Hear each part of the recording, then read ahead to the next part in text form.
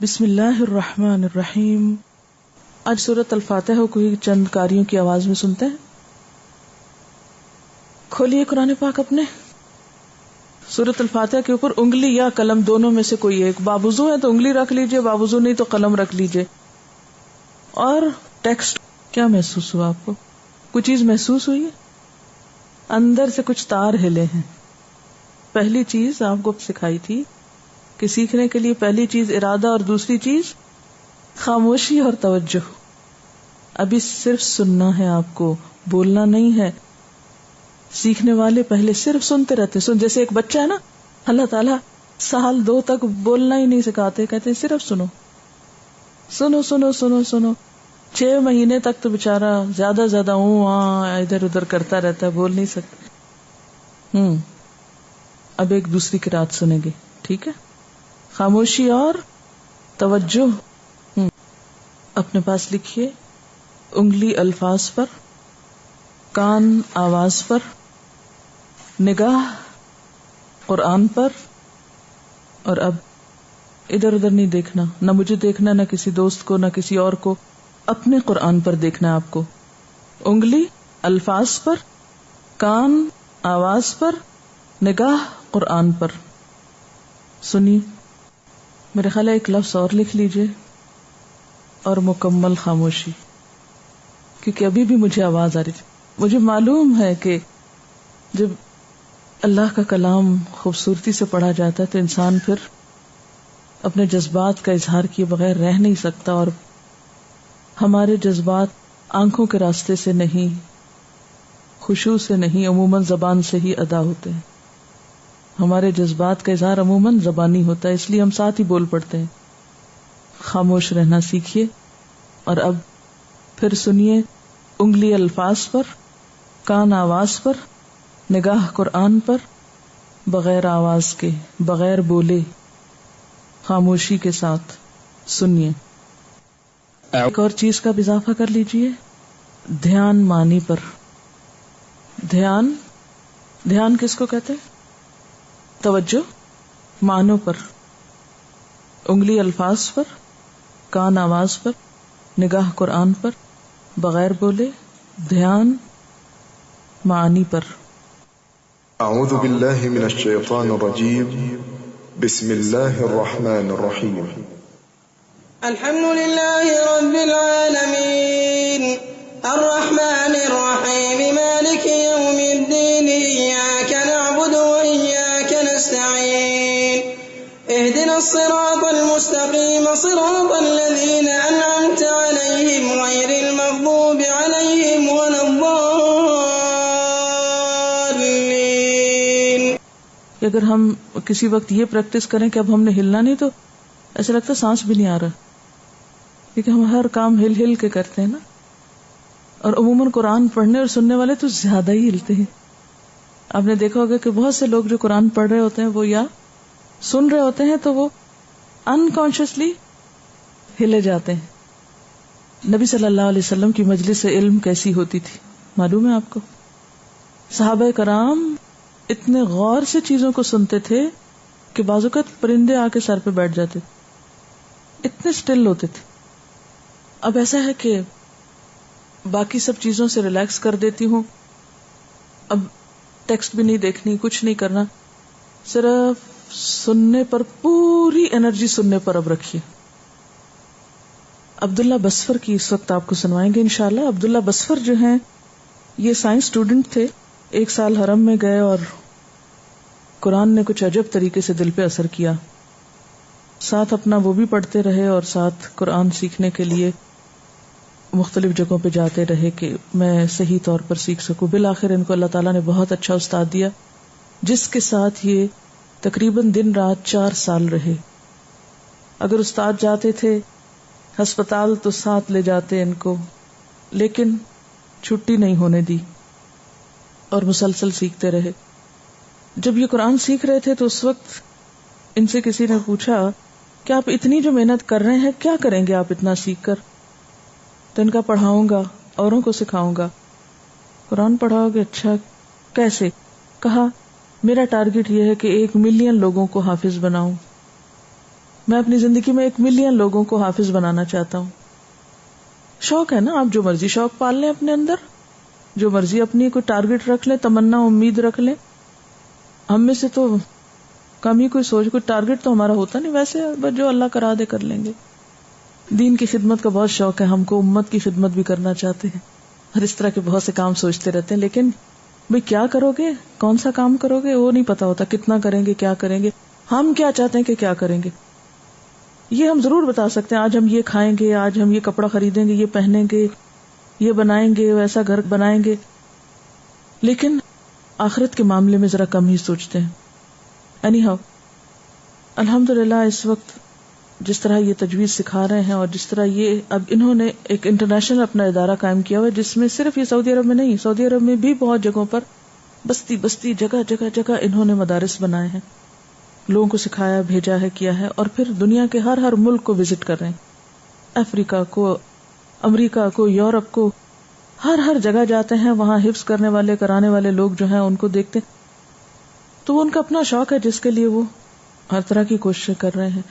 بہرحال ان کی جو مخارج اور تجوید کے قاعدے قانون ہیں یہ بیسٹ ہیں ایک طرح سے, بہت ہی اچھی طرح انہوں نے پڑھا ہوا ہے. تو آئیے دیکھتے ہیں, شاید آپ کو اسٹائل تھوڑا اتنا بہت ترنم والا نہ لگے, لیکن قواعد کے اعتبار سے سیکھنے کے لیے ایک بہت اچھی قرات ہے.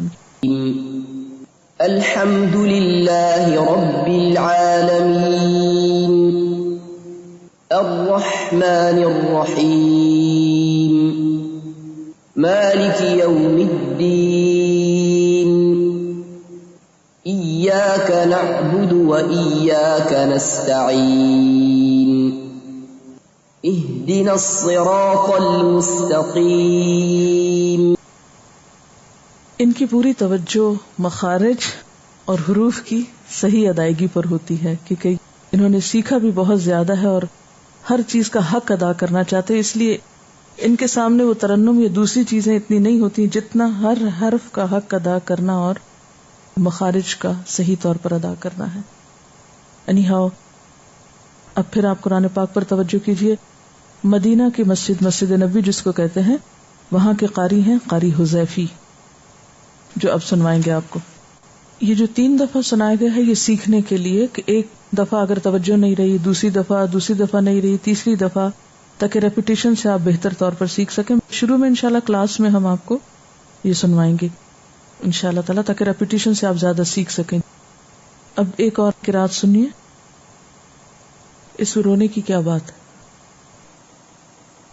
قیامت کا دن ہمارے جا ٹھہرنے اور رکنے کی جگہ ہے نا, وہ ہماری منزل ہے, وہاں تک ہم نے پہنچنا ہے, اور اسی کے لیے ہم یہ سیدھا راستہ مانگ رہے ہیں کہ ہم ٹھیک راستے سے ٹھیک جگہ جا کر کھڑے ہوں. اگر ادھر ادھر بھٹکتے رہے تو معلوم نہیں کہاں جا کھڑے ہوں گے. ہمیں رونا نہیں آتا اس لیے کہ ہمیں اس دن کے بارے میں خیال بھی کم آتا ہے اور سوچتے بھی کم ہی ہیں, کیونکہ جس دنیا میں ہم مشغول ہیں, مصروف ہیں, وہ ہمارے ہوش حواس, ہماری روٹین, ہماری ہر چیز پہ اتنی چھائی ہوئی ہے کہ اس سے آگے بڑھ کے ہم کچھ نہیں دیکھ سکتے. تو بہرحال آپ قاری حذیفی اور غامدی سنیں گے لسننگ کے لیے. آپ کو پتا ہے کہ یہ جو 2 مختلف قراء کی کیسٹس آپ کو سنوائی جاتی ہیں, یہ کیوں ہے, اس کے پیچھے حکمت کیا ہے, اور کس وقت میں کیا کرنا ہے, اس کی حکمت کیا ہے, اس کی کیا ریزن ہے. قاری حذیفی ہم سنتے ہیں اپنی تجوید بہتر کرنے کے لیے, پروننسیشن بہتر کرنے کے لیے, اور غامدی سنوایا جاتا ہے تفسیر جذب کرنے کے لیے. دونوں کو سنوانے کے مقاصد مختلف ہیں, ٹھیک ہے. قاری حذیفی کیوں سنیں گے لسننگ کے لیے؟ یہ اس مقصد کے لیے ہے کہ آپ ایک خاص انداز کے عادی ہوں, جو ایک ایسے قاری کا انداز ہے جو معلم بھی ہے, جس کی PhD ہے قرات میں, جو کئی سالوں سے حرم مدنی میں یعنی مدینہ شریف میں مسجد نبوی میں پڑھاتے بھی ہیں اور اس کے ساتھ ساتھ امامت بھی کرتے ہیں, یعنی ماسٹر ہیں اپنے فیلڈ کے. ایک معلم ہونے کی حیثیت سے بھی ماسٹر ہیں اپنے فیلڈ کے. انہوں نے یہ جو قرات ریکارڈ کرائی ہے اس کو کہتے ہیں نسخہ مرتلہ, یہ ترتیل کے ساتھ کروائی ہے, اور سیکھنے کے لیے ترتیل کے ساتھ پڑھی ہوئی قرات ہی سننی چاہیے. جو سکھانے کی نیت سے ایک طرح سے ریکارڈ ہوئی ہوئی ہے. تو اس لیے آپ کیا کریں گے؟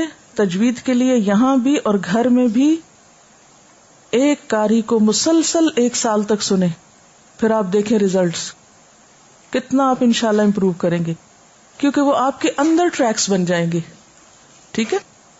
اس کے بعد جو ہم تفسیر کے بعد یا تفسیر سنوا کے آپ کو قاری غامدی کی قرات سناتے ہیں، ان کا نام ہے سعد الغامدی. اس کا مقصد کیا ہے؟ تجوید سکھانا نہیں ہے، اس کا مقصد ہے سیکھے ہوئے کو جذب کرنا. ٹھیک ہے نا؟ کیونکہ اس میں ترنم بھی ایک بہت ہی اور طرح کا ہے. اللہ تعالیٰ کے کلام کی خاص خوبصورتی بھی سامنے آنے لگتی ہے.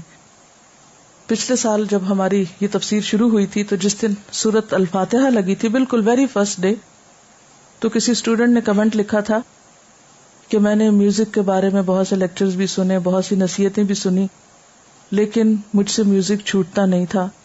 آج میں نے جب سورت الفاتحہ سنی تو اس کے بعد مجھے کوئی میوزک اچھا ہی نہیں لگا، کیونکہ غامدی کے پڑھنے کا انداز اتنا خوبصورت تھا کہ اس کے بعد ہر چیز ہیچ نظر آئی. ہر ایک کے اپنے اپنے احساسات اور ایک فیلنگ ہوتی ہے نا. تو یہ جو غامدی کا سنوایا جانا ہے یہ جذباتی نشو نما ہے. حذیفی کا سنوایا جانا عقل کی نشو نما کے لیے ہے. ٹھیک ہے. اگر آپ اس کو الٹ دیں گے کہ آپ کو تجوید ہم سکھائیں غامدی سے اور تفسیر میں لگائیں حذیفی، تو بات نہیں بنے گی. آخری پاروں میں آ کر پھر ہم اور قاری بھی انٹروڈیوس کرتے ہیں، کیونکہ کچھ قرآن پاک کے حصے ایسے ہیں کہ جہاں بعض قراء نے اتنا خوبصورت ان کو پڑھا ہے کہ ان کے مقابل اور کوئی نہیں نظر آتا. اچھا، ہو سکتا ہے کہ ایک عام لسنر کو یہ فرق اتنا زیادہ نہ محسوس ہو، لیکن جو آپ قرآن کی ڈیپتھ میں اترتے ہیں نا، اس کے بعد جب آپ کچھ بھی لسن کرتے ہیں تو فوراً پہچان جاتے ہیں کہ یہ کہاں فٹ آتا ہے، کس جگہ کون سی چیز زیادہ مناسب ہے. تو بہرحال گھر میں بھی اگر آپ سن رہے ہیں قرات تو میں یہی ریکمینڈ کروں گی کہ فی الحال آپ حذیفی ہی سنیں، حتیٰ کہ آپ کی قرات یا عربی پڑھنے کا انداز جو ہے وہ درست ہو جائے. ٹھیک ہے. اگر کاموں میں آپ کی کنسسٹنسی نہیں ہوگی، ایک دن جھٹ سے بیٹھے حذیفی سن لیا، دوسرے دن غامدی لگا دیا، تیسرے دن کچھ اور سن لیا، چوتھے دن کچھ اور سن لیا، تو اس سے آپ کی لرننگ متاثر ہوگی. لرننگ، اس وقت آپ لرننگ کے پروسیس میں ہیں، آپ سیکھ رہے ہیں. اس کو آپ ایک اور مثال سے یوں سمجھ سکتے ہیں کہ اگر ایک طالب علم ایک دن ایک جگہ نوٹس لکھے، دوسرے دن دوسرا کاغذ اٹھا لے، تیسرے دن تیسری کاپی اٹھا لے، کوئی چیز کہیں لکھ دے، کوئی کہیں لکھ دے، کوئی کہیں لکھ دے، تو اس کا نتیجہ کیا ہوگا؟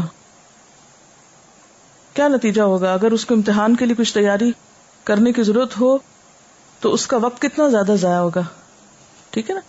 دوسرا یہ ہے کہ ہمارے دماغ میں، ہمارے کانوں میں، ہمارے سارے جو ایک عادت بنتی ہے، اس عادت کو مینٹین کرنے کے لیے اور پھر ایک عادت کے تحت مسلسل استقامت کے ساتھ ایک کام کرنے کے لیے ایک ٹریک بنانا پڑتا ہے. اور عادت اور ٹریک جو ہے یہ دونوں ملتی جلتی چیزیں ہیں. یعنی عادت کے لیے ایک خاص ٹریک آپ کو اختیار کرنا پڑے گا. اگر آپ ٹریک سے ہٹ جائیں گے، مثال کے طور پر آپ کو واک کرنے کے لیے ایک ٹریک ہوتا ہے. اگر آپ ٹریک پر چلیں گے تو آپ کی واک کس طرح کی ہوگی، اور اگر آپ ٹریک سے نیچے اتر جائیں گے تو آپ کی واک کس طرح ہوگی؟ کوئی فرق ہے؟ ٹریک پر واک کرنے اور ٹریک کے نیچے اتر کے واک کرنے میں کیا فرق ہے؟ ایک اسموتھ سرفیس ہے جس پر آپ واک کرتے چلے جا رہے ہیں، آپ کو بہت زیادہ سوچنے کی بھی ضرورت نہیں ہوتی. آپ کو اس وقت اس سے غرض ہوتی کہ آپ چل لیں. آپ کا مقصود اس وقت کیا ہے؟ چلنا ہے. تو وہ آپ کے چلنے میں سہولت پیدا کرتی. اس وقت آپ کا مقصود کیا ہے؟ سننا، سن کر مانوس ہونا، مخارج سے، قواعد سے، قرآن کے خاص انداز سے، کیونکہ ٹھہرا ہوا انداز ہے. اس سے کیا ہوگا کہ جب ایک ہی انداز میں، یعنی ایک قاری کو ایک خاص مقصد کے لیے سننا ایسا ہی ہے جیسے ایک خاص ٹریک پر چلنا. ٹھیک ہے. جو ہی آپ ٹریک سے اتریں گے تو کیا ہوگا؟ مانوس ہونے میں ٹائم لگے گا، وقت ضائع ہوگا. سیکھنے کے عمل میں تسلسل فائدہ مند ہوتا ہے. تسلسل ڈسٹرب ہوگا، نتیجہ کیا ہوگا؟ جب تسلسل ڈسٹرب ہوگا تو جو آپ نے اپنے لیے کچھ پہچان رکھی تھی کہ اس حرف کو یوں پڑھنا ہے، اس لفظ کو ایسے ادا کرنا ہے، ہو سکتا ہے دوسرے قاری کی ادائیگی میں 19-20 کا فرق ہو. تو آپ کے اندر کے جو ایموشنز ہیں یا جو پوری آپ کی صلاحیتیں ہیں وہ جس چیز پر عادی ہو گئی ہیں، جب وہ اس سے ہٹے گی تو آپ کے سیکھنے کے عمل میں خلل ہو جائے گا. اس کو ایک اور مثال سے آپ سمجھ سکتے ہیں. مثلاً آپ لکھنے کے لیے ایک خاص پین استعمال کرتے ہیں. اب کیا ہوا؟ اس کی سیاہی ختم ہو گئی.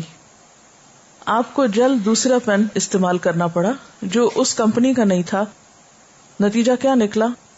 کیا آپ اسی طرح لکھ سکتے ہیں جس طرح آپ اپنی ایک مقررہ قلم سے لکھتے ہیں؟ نہیں لکھ سکتے نا. آپ بھی وہی ہیں، دماغ بھی آپ کا وہی ہے، خیالات بھی وہی ہیں. پین کی تبدیلی سے آپ کے لکھنے کا عمل اور رفتار متاثر ہوئی ہے. ٹھیک ہے نا؟ اچھا، پھر اسی طرح یہ ہے کہ تفسیر کے قرآن پاک سے قرآن کی لسننگ نہیں کریں. اس کی وجہ یہ ہے کہ ایک تو وہ بڑا ہے، بار بار اس کو کھولنے اور کرنے کے لیے آپ کو جگہ بھی اسپیس چاہیے ہوتی، جبکہ آپ بہت تنگ بیٹھے ہوئے ہیں تو اس کو کھولنے میں دقت ہوتی. دوسرا یہ ہے کہ اس کو پھر آپ ہاتھ پر نہیں اٹھا سکتے اگر کہیں بھی آپ کو مشکل ہے. اور سب کے پاس ایک نسخہ کھلا ہونا چاہیے. کیوں؟ اس لیے کہ اس عربی کو اب آپ کی آنکھیں دیکھ دیکھ کر پہچانیں گی اور جذب کریں گی، اور اس سے آپ یوز ٹو ہوں گے. اور اس کا فائدہ کیا ہوگا کہ کل جب آپ کو کوئی آیت تلاش کرنی ہوگی تو آپ کی وہ جو فوٹو میموری ہے وہ آپ کو ہیلپ کرے گی جلد اس آیت کو ڈھونڈنے میں، کیونکہ آپ اسے دیکھ کر سن چکے ہوں گے. اسی طرح ساتھ پینسل ضرور رکھیں. کیوں؟ اس لیے کہ جب ہم پینسل رکھتے ہیں تو جو قرات کا ایک سٹائل ہے، جیسے وہ کہیں غنہ کر رہے ہیں یا کہیں رک رہے ہیں یا خاص انداز سے پڑھ رہے ہیں، تو اس کو بھی آپ اپنے طور پر ہلکا ہلکا مارک کر سکتے ہیں. ابھی انشاءاللہ تعالیٰ آپ کو جو رولز بتائے جائیں گے اس کو آپ اپنے قلم سے کلر کریں گے، تاکہ آپ خود اپنی چیز اپنے ہاتھ سے تیار کریں، اور اس کا فائدہ یہ ہوگا کہ پھر وہ آپ کو بھولے گی نہیں. اگرچہ مارکیٹ میں ایسے قرآن پاک موجود ہیں جن پہ آلریڈی کلرز ہیں، لیکن جو کام اپنے ہاتھ سے کرتے ہیں، اور طالب علم اپنا کام اپنے ہاتھ سے کرتا ہے. ٹھیک ہے؟ یعنی مثلاً آپ یوں ہی سمجھیے کہ ایک شخص آپ کو کھانا کھلاتا ہے اور آپ کو زبانی بتا دیتا ہے کہ اس کی ریسیپی یہ ہے، تو دوبارہ اگر آپ ویسا ہی کھانا کھانا چاہیں تو کیا ہوگا؟ آپ اس ریسیپی سے دیکھ کے یا اسے ریکال کر کے ذہن میں کچھ نہ کچھ تو بنا لیں گے. لیکن اگر آپ کھانا کھلانے والے کے ساتھ مل کر کھانا بناتے بھی ہیں اور اس کو بنتے ہوئے دیکھتے ہیں اور آپ کی اس عمل میں شرکت ہے، تو اس کا فائدہ دوسرا ہوگا، وہ پھر آپ کبھی بھولیں گے نہیں. ٹھیک ہے نا؟ میرے خیال میں اگر کالی پینسل رکھیں فی الحال، کیونکہ ابھی آپ پختہ نہیں. مثلاً میں جب قرات سنتی تھی، یہ کام جو میں اب آپ کو کروا رہی ہوں یہ خود میں نے کیا ہے اپنے اوپر، اور میں جب سنتی تھی تو میں نے اپنے جو قرآن پاک تھا اس پر اپنے سمجھ کے لیے مخصوص علامتیں لگائی ہوئی تھی. مثلاً اگر کہیں ادغام ہو رہا ہے یا اخفا ہو رہا ہے یا مد لمبی ہو رہی ہے، یا جو چیزیں میرے لیے نئی تھیں اور ان کو یاد کرنا ضروری تھا، تو میں نے ان کے لیے اپنی سوچ کے مطابق نشان بنائے ہوئے تھے. قرآن پاک میں تو اعراب عام طور پر جیسے جزم ہے، شد ہے، مد ہے، یہ سب کہاں ہوتا ہے؟ حرف کے اوپر جاتا ہے زیادہ تر. صرف زیر یا کھڑی زیر نیچے آتی ہے، تو نیچے چیزیں کم ہوتی ہیں.